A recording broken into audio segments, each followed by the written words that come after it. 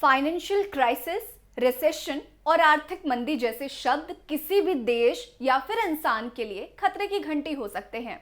जो देश या इंसान समय रहते इस संकट को भांप लेते हैं, उन्हें तो इस मंदी के दौर में ज्यादा असर नहीं पड़ता, लेकिन जो भी देश इस मंदी जैसे शब्द को हल्के में लेते हैं, वो इस रिसेशन की मार को लंबे समय तक झेलते हैं। अगर अभी भी किसी को इस मंदी के दौर का एहसास नहीं हो पा रहा है, तो एक बार 2008 के वैश्विक आर्थिक संकट को आप याद कर सकते हैं।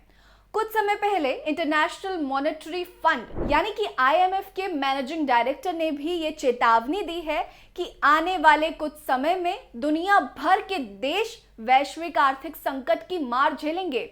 अब देखने वाली बात ये होगी कि इस समय आर्थिक मंदी से भारत पे कितना असर पड़ता है और भारत किस तरह से इस आर्थिक मंदी का सामना करता है।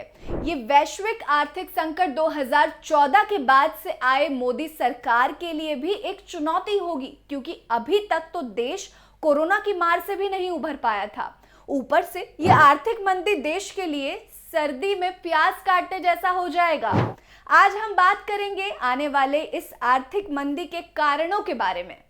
अरे भाई, कोरोना इस आने वाली आर्थिक मंदी के मुख्य कारणों में से भले ही एक है, ये तो सबको पता है। और इस जले पर नमक छिड़कने के लिए रूस और यूक्रेन का युद्ध भी हो गया।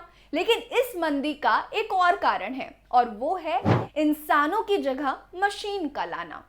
इसका मतलब है कि मशीन का अत्यधिक उपयोग, माने कि तेजी से क्लाइमेट चेंज। IMF के मैनेजिंग डायरेक्टर के ही अनुसार ग्लोबल ग्रोथ रेट में चौथी बार रिवीजन किया जा सकता है, जिस कारण वैश्विक ग्रोथ रेट 2.5% तक गिर सकता है, जो फिलहाल 2.9% पर जमा हुआ है।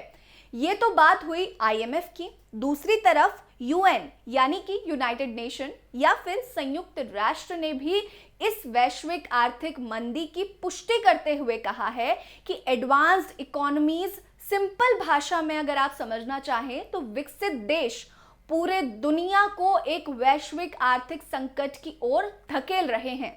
यूरोप, USA, चीन जैसे देशों की अर्थव्यवस्था धीरे धीरे धीमी पड़ रही है, लेकिन ये आर्थिक मंदी किसी देश के लिए आपदा भी बन सकती है, जबकि किसी चालाक देश या फिर ये कहें कि चालाक सरकारों वाले देश इसे अवसर की तरह भी इस्तेमाल कर सकते हैं। अब हमें ये देखना है कि भारत इस चालाक सरकार वाले देश में गिना जाता है या फिर आपदा ग्रसित क्षेत्र में। आइए अब समझते हैं कि इस ग्लोबल रिसेशन की मार भारत पर कैसे और कितनी पड़ सकती है। अगर आम भाषा में समझें तो हमारी, आपकी यानी कि एम्प्लॉय की सैलरी आने वाले मार्च में बढ़ेगी, या फिर हम में से बहुतों को अपनी नौकरी से भी हाथ धोना पड़ सकता है। देश में बढ़ती महंगाई को देखकर एक बात तो आपको समझ आ गई होगी कि आने वाली आर्थिक मंदी से देश के हालात और भी गंभीर हो सकते हैं। पर इससे हमें क्या?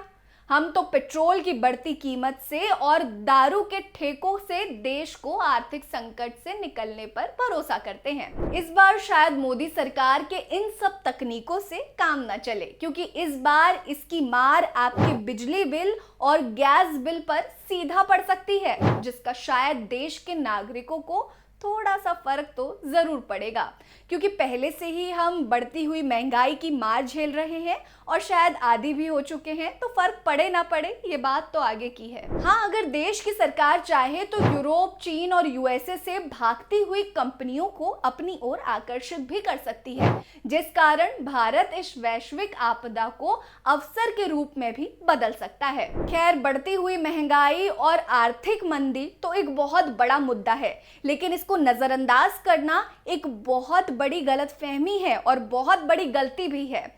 आगे क्या होगा? सरकार इसको अवसर के रूप में इस्तेमाल करेगी या फिर इसको आपदा के रूप में अपनाएगी, ये तो देखना होगा। आपको क्या लगता है, सरकार क्या बढ़ती हुई महंगाई की जिम्मेदार है या नहीं? हमें कमेंट बॉक्स में कमेंट करके जरूर बताइएगा। बने रहिए हमारे साथ, तब तक के लिए नमस्कार।